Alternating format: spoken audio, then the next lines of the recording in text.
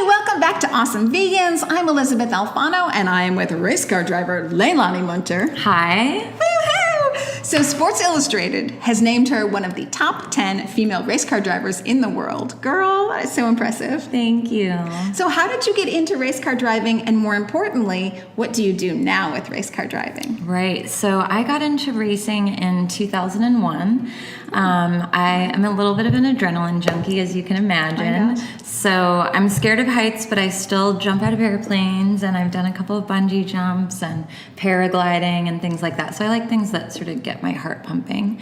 And I went to a racing school, and I was the fastest car on the track, and had a local race team owner that was there that sort of encouraged me to try racing. And so it took me 9 months to find my first sponsorship to just run on the local short track, and that was in San Diego. And I ended up just having a blast. I fought for the lead in my first race and fell in love, and ended up moving to North Carolina, which is sort of the epicenter of stock car racing. And I've been racing ever since. So about 17 years.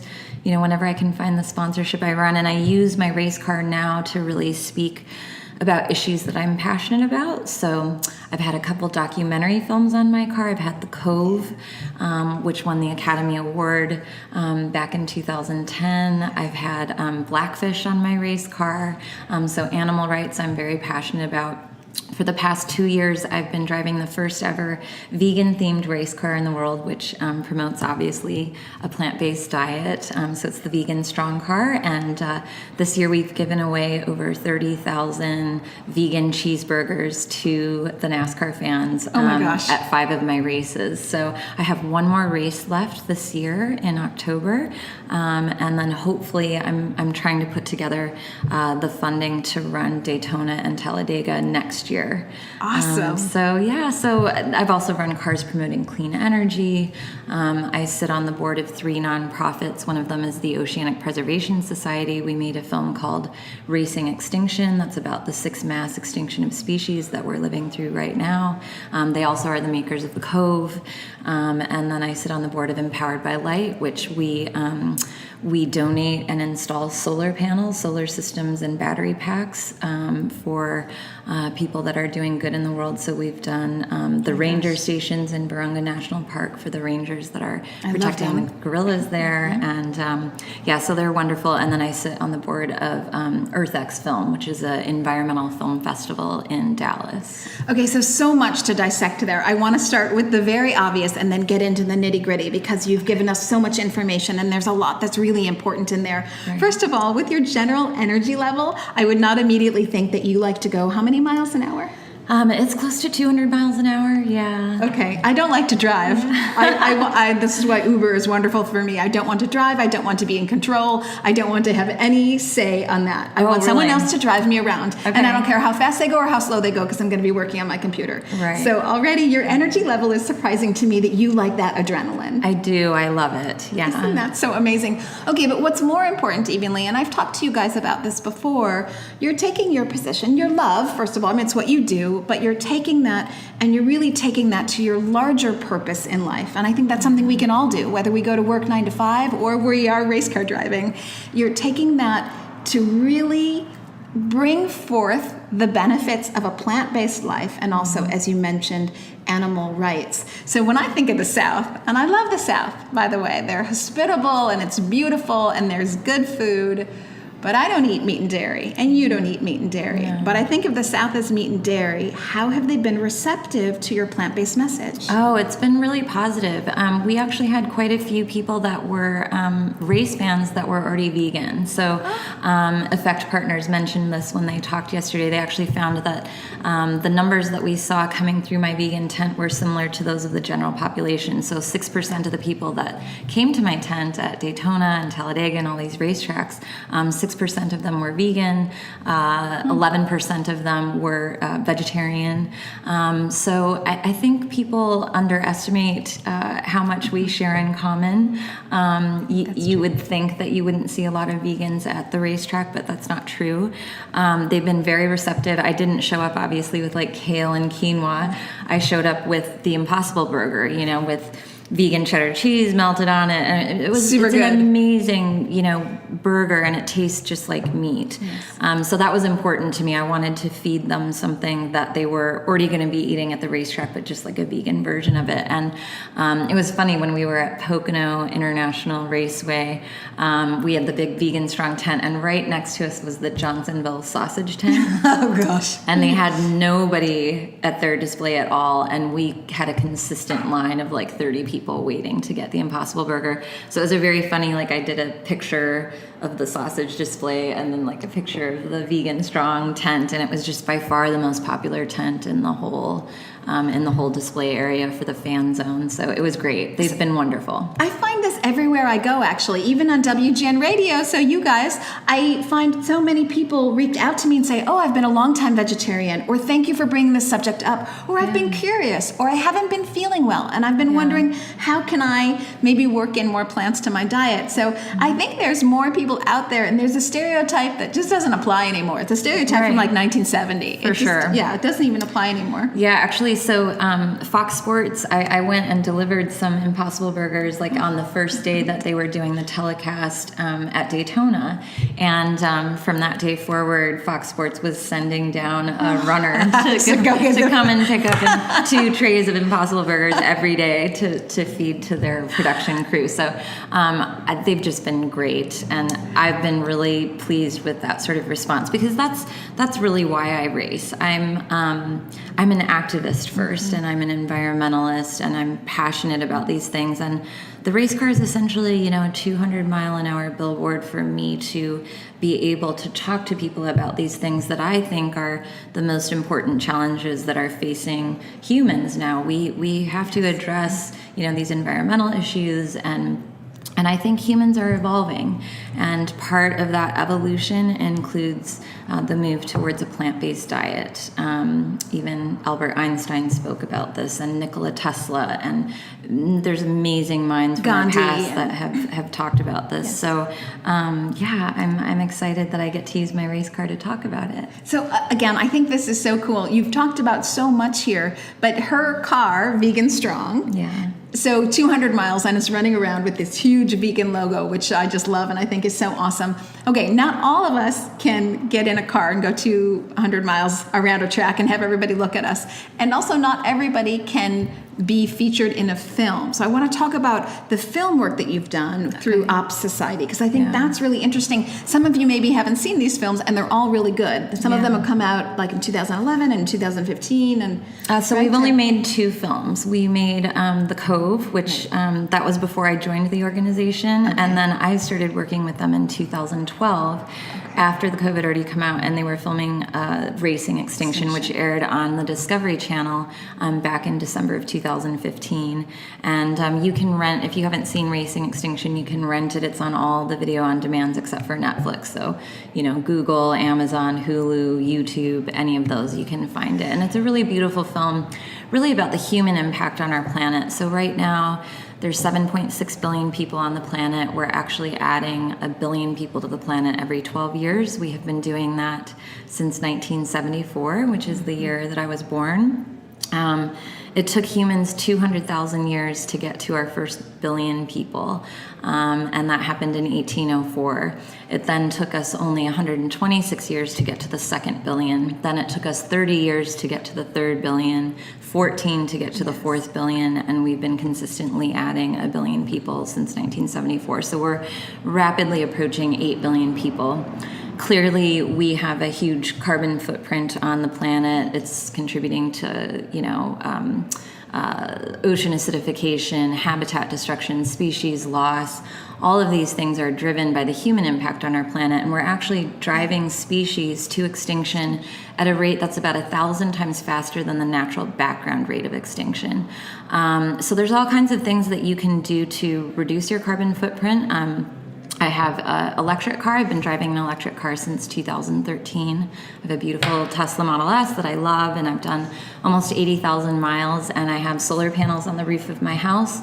So both my house and my car are charged with free solar electrons that land on my roof every day. And then, of course, being vegan is a great way to reduce your carbon footprint. My husband and myself have been vegan for 7 years now, and we feel great. I'm the first to admit I'm not like a health food vegan. I'm definitely like, I like the vegan mac and cheese and the vegan pizza, and so I'm not necessarily, I'm not whole foods plant-based, I'm just plant-based. But I have seen the health benefits. I actually have only had one cold in the last 7 years, and I used to get the cold or the flu whenever it went around, probably once or twice a year. And then when I cut dairy out, I was going from vegetarian to vegan. So just by cutting the dairy out, I actually made it for 6.5 years without a single sniffle. And then I did finally get sick after Daytona this year. So I almost made it to 7 years. But that's something that, that was a side effect that I wasn't planning on. I'm vegan for the animals and for the planet. And health is just a nice side benefit. But a lot of people struggle with heart disease and diabetes and cholesterol. And if you just switch out from, your regular meat that you're having, if you switch it out to like a plant-based meat, you're going to lose a lot of those things that are causing these types of diseases. So like the Impossible Burger has 0 cholesterol in it.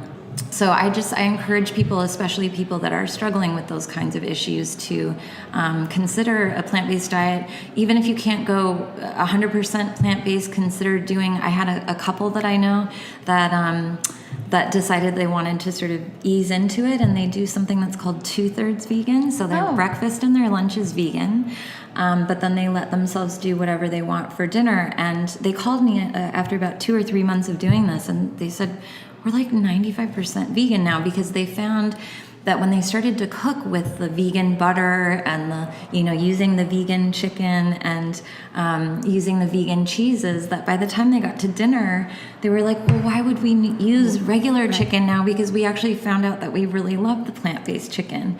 And we feel better. Yeah, and they feel better. And so, that was like 3 years ago, and they're still at that like 95%. So I think it's important to also don't let the perfect be the enemy of the good. You don't have to go 100% right away. Don't feel that kind of pressure. So if you feel like you need to ease into it, try that. But I guarantee you will feel better. You will look better. You will have more energy. It's just been fantastic. My only regret about going vegan is that I didn't do it earlier. So I can see why Discovery's Planet Green named you the #1 eco-athlete out there, because you are doing such great things for the planet and for animals. And I think for all of you, she's absolutely right. I think the more we all learn about the devastation that's happening on the planet and for animals, and of course ultimately for ourselves, because we live on this planet and we'd like to feel good while we lived here, and we'd like to have a place to live, which would be the planet. Right. So as we all learn about these things, there are ways that we can start to shift over our diet. Oprah Winfrey said, when you know better, you do better. And I believe that that's true, and we're all learning more. And as we see people like your friends shift over, for some people it's night and day, they just shift 100%, that's what I did, but not everybody does that. Right. And you start to work it in, and you realize how much better you feel and what less damage you're doing to the planet, not just for the planet now, but for the planet for your kids and your grandkids. Absolutely. Us reducing our carbon footprint, and one of the other things I talk about is population. So I'm researching a documentary film for Oceanic Preservation Society about human population. That's actually the #1 thing you can do to reduce your carbon footprint, more than an electric car, more than solar, more than going vegan, is actually not having any children. Or if you're going to have children, consider having one child and adopting one of the 153 million orphans that are already here on the planet and need a home. So this is an issue, really population growth, and we're on a finite planet. We cannot continue to add 1 billion people every 12 years. With every 1 billion people that we add, we need 10 billion farm animals due to our meat and dairy consumption. And already right now, 1/3 of the arable land on the planet is being used to grow grain that's being fed directly to livestock. It's a very inefficient way of getting nutrients and getting protein. So these are tough issues, and I understand it's sort of a taboo subject and it's hard for people to talk about, but I was a biology student at UC San Diego, and one day I came into biochemistry class, and my professor said, "Everybody close your books. I'm going to show you a film," and it was about population. And I was probably 21 years old when I saw that. And I just remember being devastated by the numbers. And I decided that day that I wasn't going to have children. I'm 44 now. I had a million people tell me, "Oh, you'll change your mind. You say that now." Yeah. Well, I never changed my mind, and I do now feel like this is something we need to really talk about, is smaller family sizes. If you have one and you want to have more, consider the adoption side.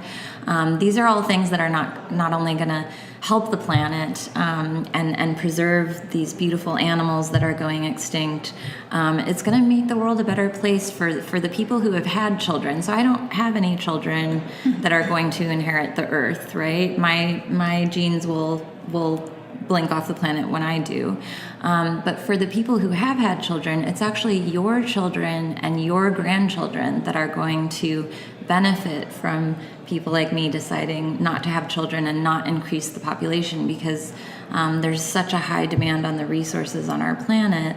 The less people there are, the less of a struggle for resources that's going to be. We already have, billions of people living without access to clean water. Right. So there was a study done at Cornell University by the ecologists there to determine what is the carrying capacity of the planet. And they actually found that it was around 2 billion people. Should all the people on the planet be living in relative prosperity with clean running water, electricity. So we've already overshot the runway by 5.6 billion already. Right. So this is clearly not sustainable. It's simple math. You don't have to be a rocket scientist to understand the math. So that's the new issue that I've been trying to talk to people about, because I feel that just by talking about it, even though it's a difficult conversation, it makes then people are feeling more comfortable with, like, okay, we do have to start talking about this. We can't just continue to ignore it. So anyways, I know that this podcast is not about population, and it's about a plant-based diet, but I think this is an important thing to bring up, because so many people talk about doing it for the animals and doing it for the planet, and then they're not addressing this major driver of all of those things. That's right. And then the more people we have and the more we want to feed them, and if you're feeding them meat and dairy, then you're growing more grain to feed the cows. Right. When that grain could go directly to the humans. Right. Yes. So it's an odd situation, but animal agriculture contributes to world famine, because rather than taking the grain and giving it to people, we're giving it to really inefficient machines that give us not very much back, since we don't eat the blood and the bones and the ears and the face and so you're not really using that whole machine, which is also giving us emissions along the way as it converts the grain to the food that we eat. So it's inefficient. Right. But then to grow that grain, we have to raise the forests on all these acres of land. Yeah. And so you realize we just don't have a place to live anymore. So the more people just makes the more demand on all of the resources we're talking about. Yeah, and I think one of the other points to make, and this is what I try and stress when I'm at the racetrack, is really anything that you're eating. If you're a meat eater and you consume dairy products, anything that you can eat, I can eat a vegan version of it. So I have, if you were to look into my fridge and my freezer, I have vegan ice cream. Ben & Jerry's makes a whole bunch of vegan ice cream. So good. Thank you, Ben & Jerry's. I love you. Amazing butters. There's amazing cheeses. We have sausages that are, plant-based sausages, plant-based chicken, plant-based fish. And these are all wonderful, and they taste just like what you're eating. I mean, I have meat eaters come to my house and they are eating the chicken or eating the beef, and they're like, this tastes exactly like meat. It's so strange to them. So yes. It's important for you to know that we're not asking you to like give up the flavors and the meals that you're already used to and that you crave. You can have that. It's just going to be a vegan version of it. So like my macaroni and cheese, that's like one of my comfort foods from childhood. One of my mac and cheeses, it's just made with plant-based cheese, right? So it's coming from cashews and it's coming from almonds, so and good. It's wonderful. And I don't think you would be able to tell the difference if I were to serve it to you and you didn't know. So I think that's one of the things that scares people is they think they're going to have to give up these foods that they love, but you really don't have to. There's vegan whipped cream. Yes. There's vegan everything. Yes. There really is. It's so much easier to be vegan now. I really admire people that I meet, and I've been vegan for 7 years, and there's so many products out there. And I understand when I talk to a vegan that's been vegan for like 30 years, I'm like, how did you do it? Because there was no vegan mac and cheese like in the grocery store back then. So I have a ton of respect for people who've been doing it longer than me. But the truth of it is that it's very easy to make the switch. And I think, once you start trying it, you'll realize like, wow, this is really easy. So when I go to the grocery store, instead of buying ground beef, I'm buying, the vegan crumble ground beef, and you use that. So just whatever recipe you're already using, if you use ground beef, just put in the vegan ground beef. You don't have to even change any of your recipes. I had a friend go vegan, and she's like, tell me what cookbooks I need to buy. And I just told her, you don't need to change your cookbooks. Like, just use the vegan chicken when it calls for chicken. Use the vegan butter. Use the vegan cheese. Make all your same recipes that you've always been making, and you just swap out for plant-based items. Yes. And so it's really not that complicated. I think people get intimidated by it, but it's easy. I just want to say, because we're on a tight little schedule here, I just want to say one more thing as I wrap up. I think what Leilani is also trying to say is, regardless of what political spectrum you're on, to the right, to the left, there's more that unites us than divides us. Sure. And food unites us. Food brings us together. So we don't want, at least I speak for myself as a Sicilian who loves to cook, I don't want to see anybody go hungry. Don't give up anything. I want you to have everything. I want you to feel abundant and full and healthy. And I want you to feel that great feeling that we feel when our values align with the way we live. That's just a huge weight lifted off my shoulders. And you can have all the great food you want. Hit me up for recipes. Even hit me up to cook for you. I will.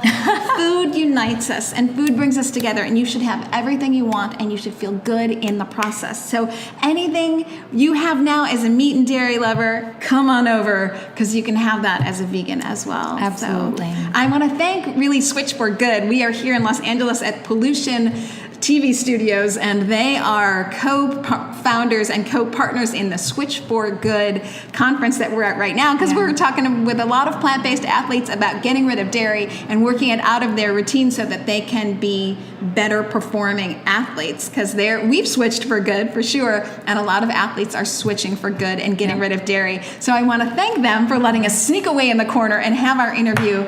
Leilani, thank you for all that you do. Thank you for having me. Rockstar. Bye, folks. Thanks for being here.